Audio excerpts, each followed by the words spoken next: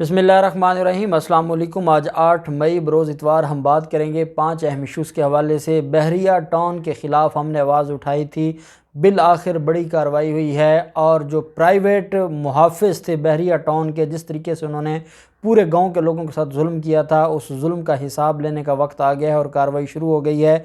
वो डिटेल्स मैं आपके साथ शेयर करूंगा। साथ हम बात करेंगे जो इलेक्शन कमीशन ने हुक्म जारी किया था NA 249 के हवाले से, और वो मरीम नवाज़ की जो दरख्वास्त थी उस पर अब जो दोबारा गिनती है वो मुकम्मल हो चुकी है और बुरी तरह पिट गई है नून लीग कराची से। वो डिटेल्स मैं आपके साथ शेयर करूंगा।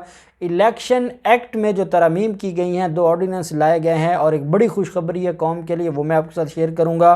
और आखिर में हम बात करेंगे सरीना ईसा ने अनवर मंसूर ख़ान, जो कि साबिक अटॉर्नी जनरल ऑफ पाकिस्तान हैं, उनको एक ख़त लिखा है। उस ख़त का भी मंदरजात मैं आपके सामने शेयर करूंगा और फिर आप उसके बाद ख़ुद अंदाज़ा लगाइएगा कि ये जो बूढ़ी औरत है क्या अब ये हवास में है या बिल्कुल ही हवास खो चुकी है। इसके ऊपर भी हम बात करेंगे। लेकिन 2 बहुत अहम इशूज़ हैं।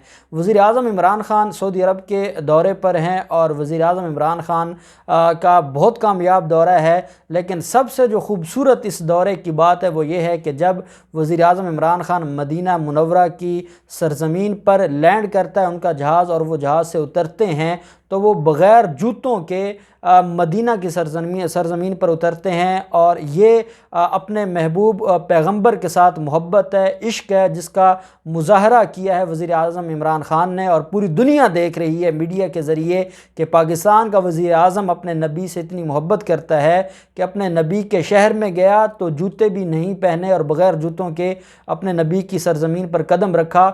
इस पर हम वज़ीर आज़म इमरान ख़ान को मुबारकबाद पेश करते हैं। ये एक बड़ी तौफ़ीक है जो अल्लाह सिर्फ़ अपने प्यारों को देता है। और जो पिछले कई दिनों से वज़ीर आज़म इमरान ख़ान पर फ़्रांस के मामले को लेकर इल्ज़ामात लगे आ रहे थे, उनके ऊपर भी उनको भी एक जवाब दिया गया है कि जो मोहब्बत और इश्क हमारे पैगंबर का हमारे वज़ीर आज़म के दिल में है वो शायद ही किसी और के दिल में हो। तो ये एक बड़ी ख़ूबसूरत एक काम है जो वज़ीर आज़म ने किया है। दूसरी तरफ जो इसराइल की तरफ से दहशतगर्दी की जा रही है फ़लस्तीन में और बमबारी की जा रही है, और रमज़ान के दिनों में जो बैतुल मुक़द्दस और आसपास के इलाकों में जो जुल्म हो रहा है उसकी हम शदीद अल्फाज में मज़म्मत करते हैं। और हम जो आलमी जो ताकतें हैं उनसे हम मुतालबा करते हैं कि इस बर्बादी को और जुल्म को हर हाल में रोकना होगा, नहीं तो ये मामला बहुत आगे चला जाएगा और फिर शायद ये आलमी ताकतों से भी ना रोका जाए। जैसे आप देखते हैं कि मकबूजा कश्मीर में जो जुल्म किया जा रहा है मोदी की तरफ से, जो ऑक्सीजन मकबूजा कश्मीर के लोगों का हक थी, कोरोना की वबा वहाँ पर भी लोग मुतासर हुए हैं, वो वहाँ से ऑक्सीजन उठा उठा कर दिल्ली और मुंबई में जो है वो ट्रांसफ़र की जा रही है। ये भी जुल्म है, इस जुल्म पर भी आवाज़ उठाना ज़रूरी हो गया है। अब हम बात कर लेते हैं जो इलेक्शन एक्ट में तरमीम की गई हैं और 2 ऑर्डिनेंस जारी किए गए हैं। एक ऑर्डिनेंस तो है बड़ा ही अहम, और वो ऑर्डिनेंस है जो जारी किया गया है बैरून मुल्क पाकिस्तानी, जो ओवरसीज़ पाकिस्तानी हैं, उनको वोट का हक़ देने के लिए। आर्टिकल 89 कॉन्स्टिट्यूशन ऑफ पाकिस्तान के तहत सदर पाकिस्तान के पास ये अख्तियार है कि वो ऑर्डिनेंस जारी कर सकता है। आर्टिकल 89 का अख्तियार और पावर इस्तेमाल करते हुए ये ऑर्डिनेंस जारी किए गए हैं। और ये इंतखाबात ऑर्डिनेंस तरमीमी ऑर्डिनेंस 2021 का इनको नाम दिया गया है।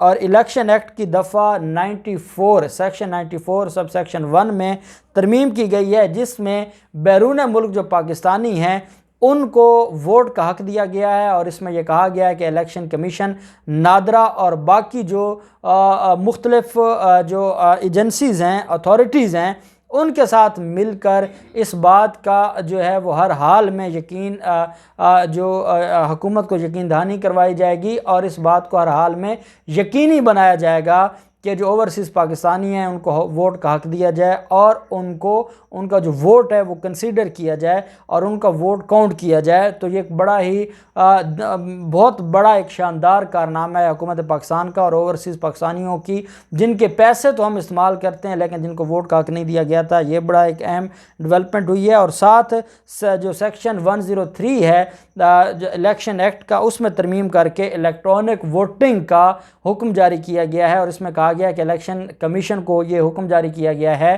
कि वो ये जो मशीनें हैं वो ख़रीदें और मशीनें ख़रीदने के बाद हर हाल में जो अगला इलेक्शन है वो इलेक्ट्रॉनिक वोटिंग के ज़रिए करवाएं, ताकि धांधली का ख़ात्मा हो सके और हमारे मुल्क में भी, पूरी दुनिया में जो महज़ब ममालिक हैं वहाँ पर जो इसी तरीके से इलेक्ट्रॉनिक वोटिंग के ज़रिए इलेक्शन होते हैं वो फ्री और फेयर इलेक्शन हो सकें। तो ये एक बड़ा शानदार कारनामा है हुकूमत की तरफ से। फिर अब देखते हैं कि नून लीग ने एक दरख्वास्त दी थी NA-49 में। नून लीग को पाकिस्तान पीपल्स पार्टी के सूरत में उनसे बढ़कर धांधली ज़दा एक हरीफ मिला था, एक दुश्मन मिला था, और उसने उनका हक अदा किया दुश्मनी का और धांधली का। नून लीग ने दरख्वास्त फाइल की थी कि रिकाउंट किया जाए, काउंटिंग ठीक नहीं हुई और हमें जो 633 वोटों से हराया गया ये बिल्कुल गलत है और हमें इंसाफ दिया जाए। जो चीफ़ इलेक्शन कमिश्नर हैं उन्होंने कमाल शफ़क़त की थी नून लीग पर, और नून लीग को शफ़क़त करते हुए बड़ा रिलीफ दिया था और इसके ऊपर इनको जो है वो रिकाउंटिंग का हुक्म जारी हुआ था। 6 मई से रिकाउंटिंग शुरू हुई थी और नून लीग ने रिकाउंटिंग का बाइकआउट किया था। फिर दरख्वास्त फाइल कर दी थी कि ये जो रिकाउंटिंग हो रही है इसमें ना हमें फॉर्म 45 दिया जा रहा है, ना 46 दिया जा रहा है, ना ही वो जो मुख्तलिफ जो बैलेट पेपर्स हैं उनकी सील खुली हुई है। जब हम पूछते हैं कि ये सील कैसे खुली है कोई बताता नहीं है। इस तरीके से जो रिकाउंटिंग हो रही है उसका कोई फ़ायदा नहीं होगा। तो इस पर एक दरख्वास्त दी थी कि रिकाउंटिंग को रोका जाए, लेकिन इलेक्शन कमीशन ने इनकी दरख्वास्त अभी तक नहीं मानी और रिकाउंटिंग दोबारा मुकम्मल हो चुकी है। नून लीग की हार जो 633 वोटों से थी, रिकाउंटिंग के बाद वो हार चली गई है, मार्जिन बढ़कर चला गया है 909 वोटों पर, और नून लीग अब पाकिस्तान पीपल्स पार्टी से 909 वोटों से हारी है। और अब जो पाकिस्तान पीपल्स पार्टी है वो कह रही है नून लीग को कि हमने घुस कर मारा है नून लीग को, और जो रिकाउंटिंग है उससे भी हमने, उस रिकाउंटिंग से को भी हम जो है वो बड़े मार्जिन के साथ हम दोबारा जीत गए हैं।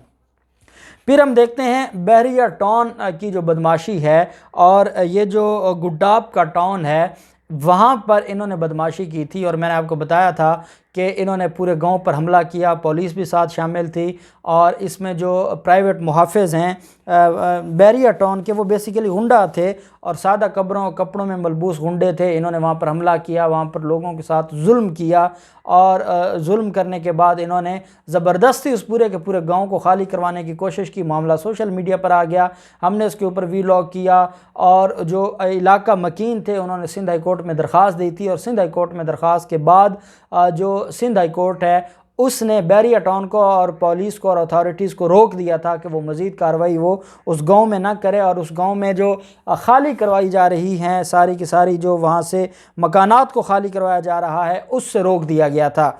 जब सिंध हाई कोर्ट ने उनको रोका तो उसके बाद क्योंकि सोशल मीडिया पर मामला हाईलाइट हो गया था, सिंध हुकूमत के पास कोई ऑप्शन बची नहीं थी कि वो जो उनका ख़ास यार है मलक रियाज उसके ख़िलाफ़ जाएं। तो बिलावल जरदारी ने फिर एक झूठा नोटिस लिया, अपने वज़रा को कहा कि वो जाएं हॉस्पिटल में जहाँ पर ज़ख्मी हैं उन ज़ख्मियों की इयादत करें, और साथ नासिर हुसैन शाह के ज़रिए जो पैगाम भिजवाया गया पूरी कौम को, और ये उनकी तरफ से एक जो है वो पॉइंट ऑफ व्यू उनकी तरफ से आया कि हम इसके ख़िलाफ़ हैं। और साथ उन्होंने कहा कि हमने असिस्टेंट कमिश्नर को भी जो है वो फ़ारिग कर दिया है, और साथ हमने जो मुख्तियार कार था और SHO था उस इलाके का उसको भी हमने मुअत्तल कर दिया है। उनकी ये नाअहली है कि जिसकी बुनियाद पर जो इतना बड़ा वहाँ पर जुल्म होता है और आम लोगों के साथ ज़्यादती की जाती है और उनका हक़ छीना जाता है। तो साथ ही मुकदमा दर्ज कर लिया गया है बहरिया टाउन इंतज़ामिया के ख़िलाफ़।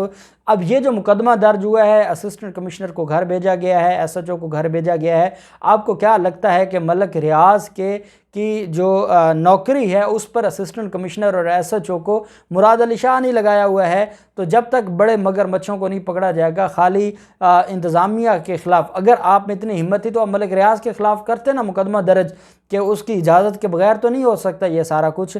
आपने इंतज़ामिया के जो छोटे लोग हैं उनके ख़िलाफ़ मुकदमा दर्ज कर लिया है, लेकिन मैं समझता हूँ कि ये भी बड़ी बात है कि एटलीस्ट उनके ख़िलाफ़ मुकदमा दर्ज हुआ है और अब कार्रवाई होगी और इनको मज़ीद कोई भी छूट नहीं दी जाएगी। आखिर में हम बात करते हैं जो मामला है सरीना ईसा का। सरीना ईसा ने एक ख़त लिखा है और ये ख़त लिखा गया है अनवर मंसूर ख़ान साहब को, जो कि साबिक़ अटारनी जनरल हैं, जिन्होंने ये भरी अदालत में कहा था कि ये जो पिटीशन है काजी फैज़ ईसा की, उसमें ये जो 10 रुकनी बेंच है इसमें कई जजेस इस पिटीशन की तैयारी में मुलव्वस हैं और ये साथ थे काजी फैज़ ईसा के। उसके बाद उन पर तौहीन अदालत की कार्रवाई शुरू हो जाती है और तौहीन अदालत के बाद उनको घर जाना पड़ता है, फिर नए अटारनी जनरल लाते हैं और वो केस को लेकर चलते हैं। तो उन्होंने मुख्तलिफ टीवी चैनल्स पर और यूट्यूब चैनल्स पर बैठकर इंटरव्यूज़ दिए और उसमें ये कहा कि जो जितने के सबूत हैं कि अगर ये इतनी सच्ची है सरीना ईसा, तो इसने अपना जो फ्रेंच नाम है वो इस्तेमाल करके अकाउंट क्यों खुलवाए। बाकी भी बड़े सवालात उठाए थे।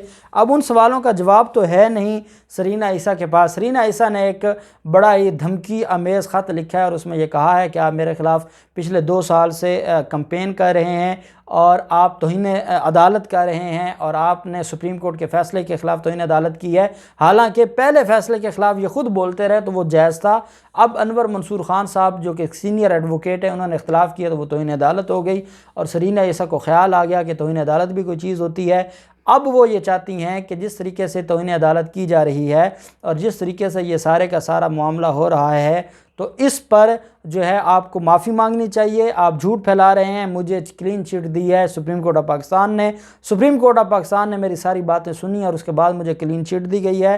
साथ उनका ये कहना है कि आपके इन झूठे इल्ज़ामात की वजह से मेरा बाप 2 साल जंग लड़ते लड़ते उसकी डेथ हो गई है। अब मैं 61 साल की हूँ। आप मुझे भी मारना चाहते हैं। आप 48 घंटों के अंदर अंदर माफ़ी मांगे, नहीं तो मैं आपके ख़िलाफ़ कार्रवाई करूँगी। ये सरीना ईसा की तरफ से ख़त लिखा गया। अब अटारनी जनरल जो साबिक़ अटारनी जनरल है उसको क्या लगा कि वो सरीना ईसा के ख़तों का जवाब दे। अब देखते हैं इन सारे मामलात में क्या डेवलपमेंट होती है। जो भी डेवलपमेंट होगी आपके साथ शेयर करते रहेंगे। अल्लाह पाक पाकिस्तान का हामी नासिर हो। बहुत शुक्रिया। अल्लाह हाफ़िज़। पाकिस्तान ज़िंदाबाद।